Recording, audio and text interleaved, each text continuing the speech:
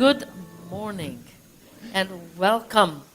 I'm Reverend G, absolutely delighted to be here with you today. And I'm just so grateful that you chose to spend this time with us. Welcome you here, there on the holy interwebs, whether you're joining us via Zoom or YouTube or later. It's just good to be together. And I'm so glad that dear Luke made it. I can't even imagine his stress. He is a student at Western and was told last night that he had to be at a rehearsal that only ended at, what, 8:50 or 9:50? 9:50. 9:50. So he had to rush here. We had to change around a little bit our service, which is funny because 2 weeks ago I spoke in South Bend. There's a UU church in South Bend, and I spoke there. This was my second time there, and somehow I convinced myself that South Bend was an hour behind us. So they also had to do some switcheroo for me to make it for my talk. I have never once in my life been late for a service. In fact, if I am on time, I consider myself to be late. So when I'm late, I don't even know who I am. So thank you, Luke, for making it, and we're happy to make all the switcheroos to accommodate. The year is 1945. The guns in Europe have quieted down, but the war is still raging in the Pacific.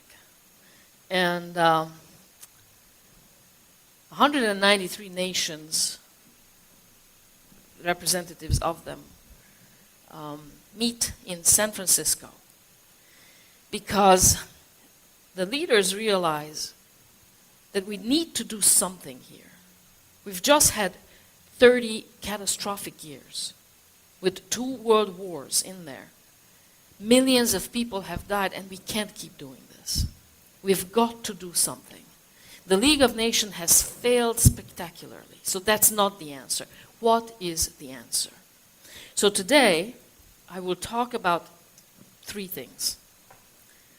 When, why, and how the UN was formed. I will talk about thick and thin connections, about forced familiarity, and then, of course, application for today's world. Okay. When, why, and how the United Nations was formed. 1945. It's the spring. They come together. They want to pass this charter that Pat just read us about. And I'm not going to repeat what the charter is all about because Pat read it, and I'm so glad you did that.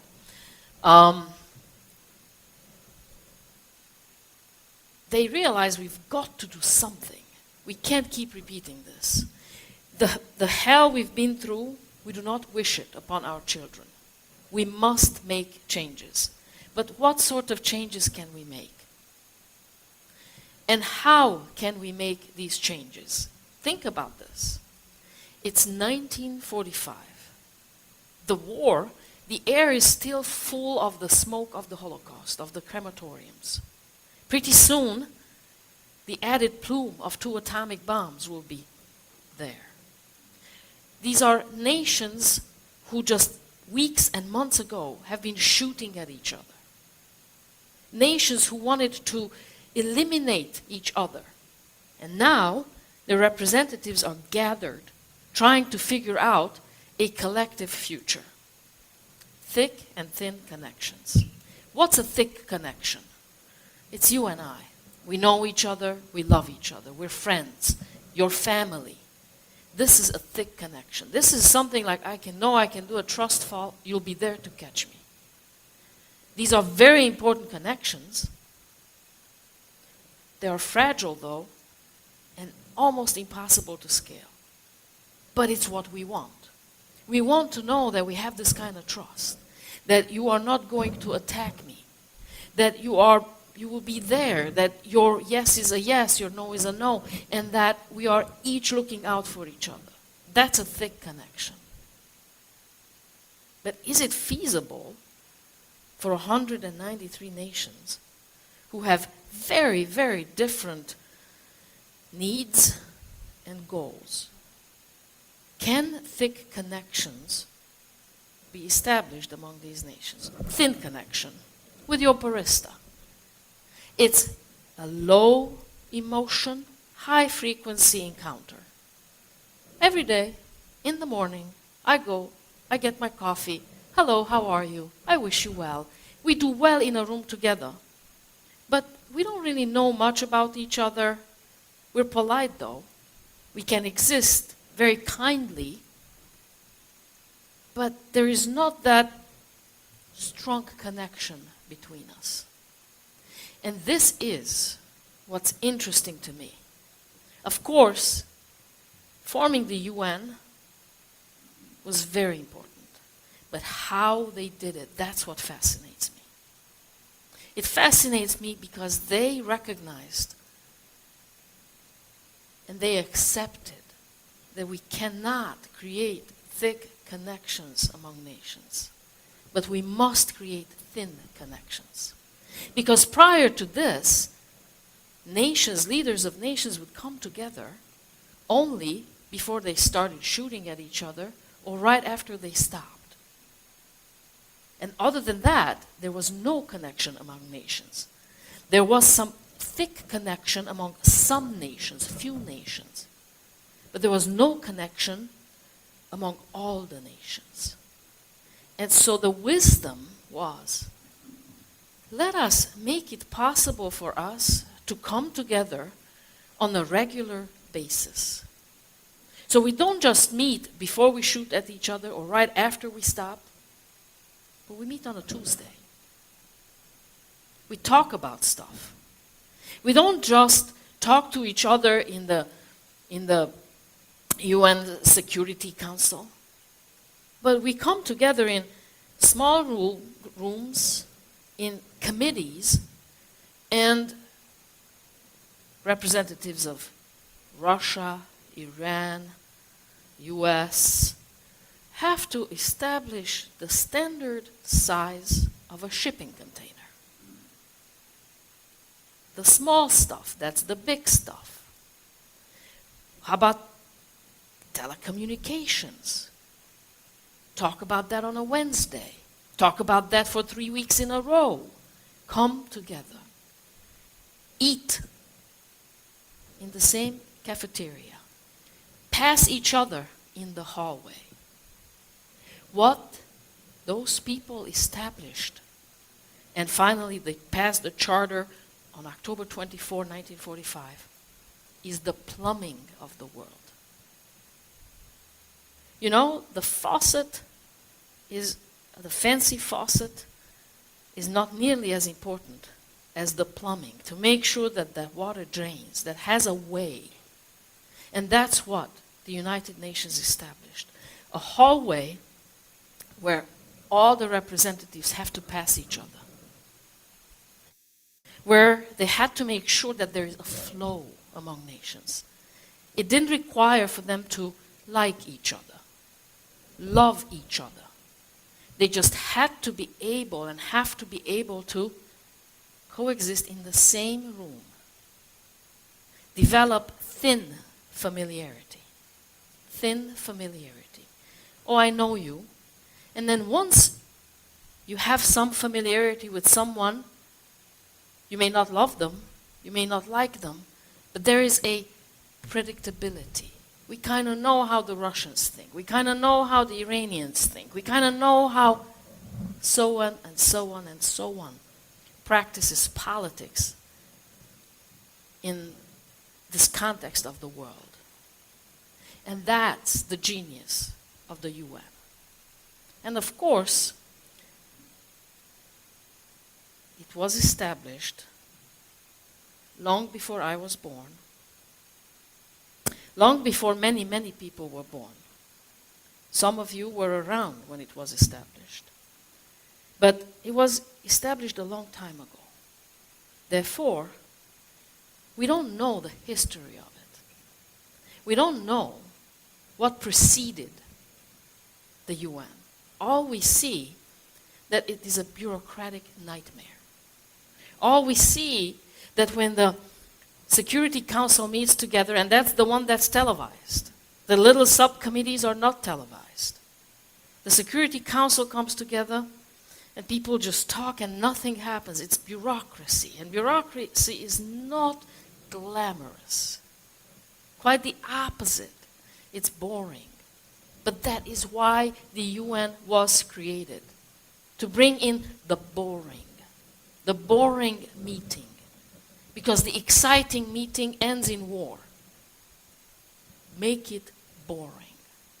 So today, of course, there's those of us who don't have the historical knowledge to know why it was necessary, why it came around, and we may think that the UN is not necessary. And in fact, it is very, very necessary. It is very, very necessary because it teaches us about the importance of thin connections, when in fact we are hardwired for thick connections. We're hardwired for the need to be able to completely trust each other.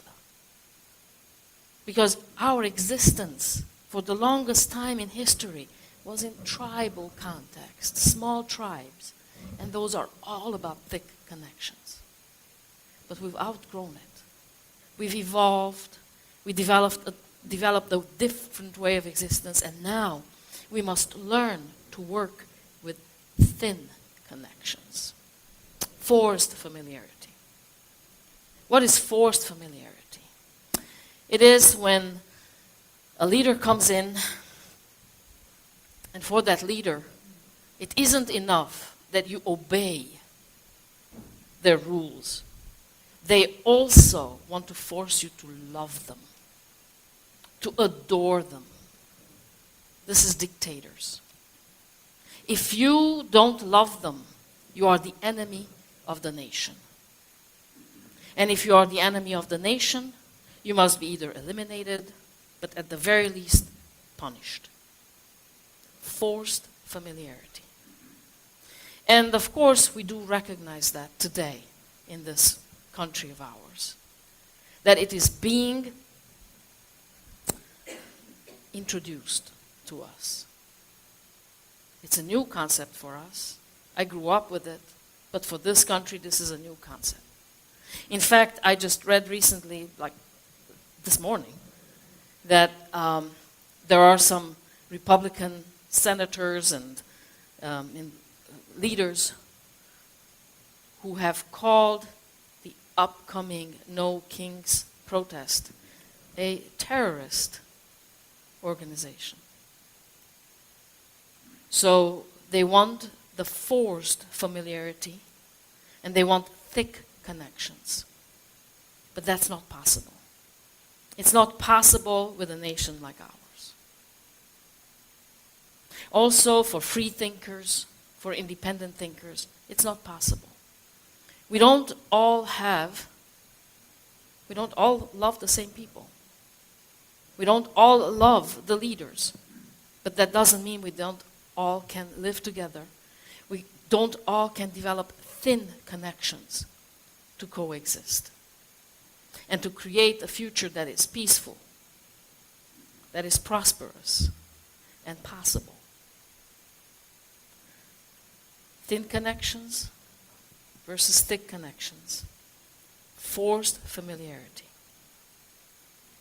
So, application for today. I sometimes get lost in these reels on my smartphone. Do you? And I watch them and then I scroll and I scroll. And most of them are cooking and baking because I do love to bake. I also love to cook. And you know, the algorithm feeds you the ones that you watch the most. But then every now and then something else comes on, and if I scroll on it, then it feeds me more and more and more. And some of them that I'm being fed to occasionally is when it's two screens. So somebody is talking and another one is reflecting on whatever this one says. This one says, wow, I didn't vote for this. I didn't realize it was going to be like this. my wife was deported. I thought that they were going to go only after the criminals, but they deported my wife. Or it's the farmer who says, I'm going bankrupt. I didn't realize when I voted for this government that this would happen to me. And then this one down here says, yeah, what did you think, buddy? What you voted for is for evil to happen to everyone else but to you. I have no compassion for you. You deserve what is coming your way. May you go bankrupt, and your children and your children's children. You deserve this. This one wants thick connections. Understandable. There's anger. There's resentment here. There is disappointment. I understand it. And it leads nowhere. It leads to war. It leads to shooting. It leads to disconnect and a terrible future. This isn't any better than voting for that. This isn't any better than that. Both these have to come to an agreement of a thin connection. That we must find that which is common and then work towards that. That we must find. And then the rest, we have thin connection. We can coexist in a room, in a country together, without hating each other, without wanting to punish each other, and without needing to make the other one out to be the evil one. It leads nowhere. It leads to no possible future.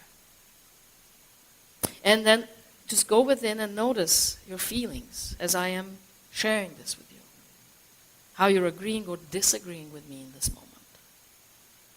And just be with that. Just notice, be with that. And then I also invite you to think, what would a thin connection for this person look with that person? And with this to that. Thick connection, forget about it. But what would a thin connection look like? Can we agree that we all want to live in a free country? I think they both want it.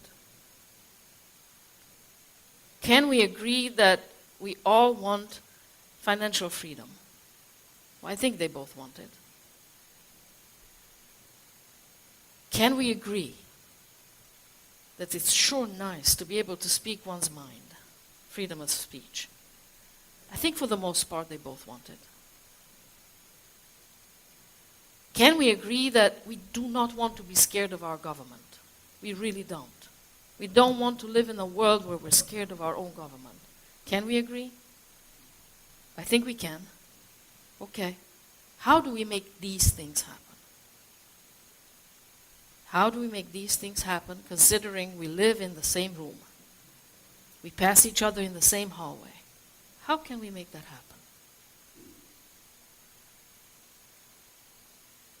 Right now, when the division in this country is so bad, we all want to run to the thick connection, to our tribe, lick our wounds together, speak ill of the other. There's an African tradition where when someone in the tribe, in the community commits something bad, the others surround him or her, surround them, and they speak good of them. They tell them, you did this good 2 weeks ago. You did that wonderful thing 10 years ago. They remind him, they remind them of the good that they've brought into this world. Because at time of division, all we want to see is just the negative, how you hurt me.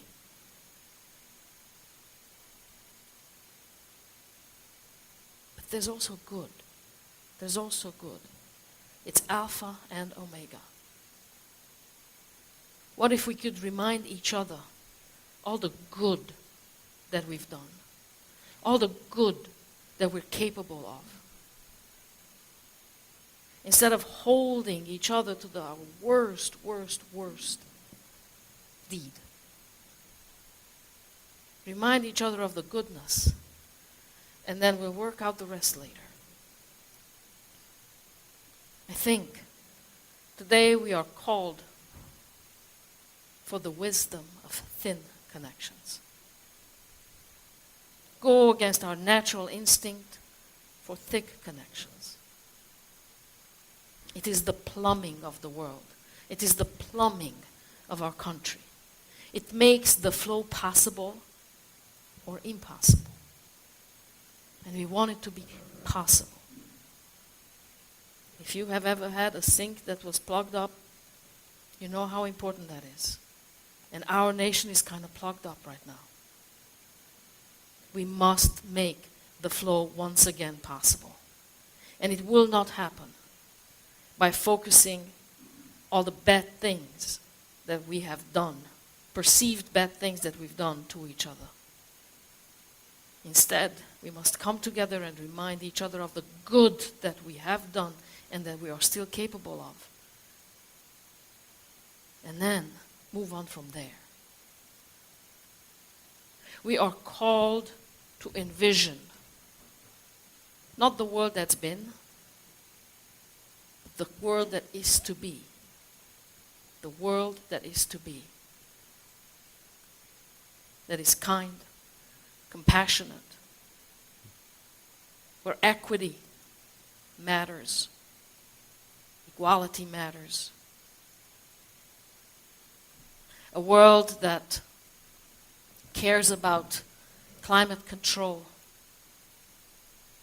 A world that doesn't want to see genocide and will not allow genocide. A world that constantly strives to be just a little bit more honest, just a little bit kinder, and care about each other just a little bit more. And make that happen on a Tuesday and on a Wednesday. And not just when big things happen, but all the time. That is, to me, the brilliant lesson of the UN. It isn't glamorous. It isn't spectacular. But it's amazing. Because while it's not perfect, it's kept our world reasonably peaceful. So may we find it in ourselves to settle for thin connections.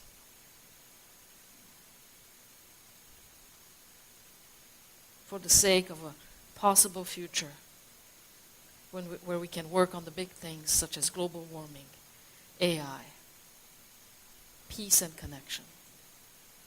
And so it is.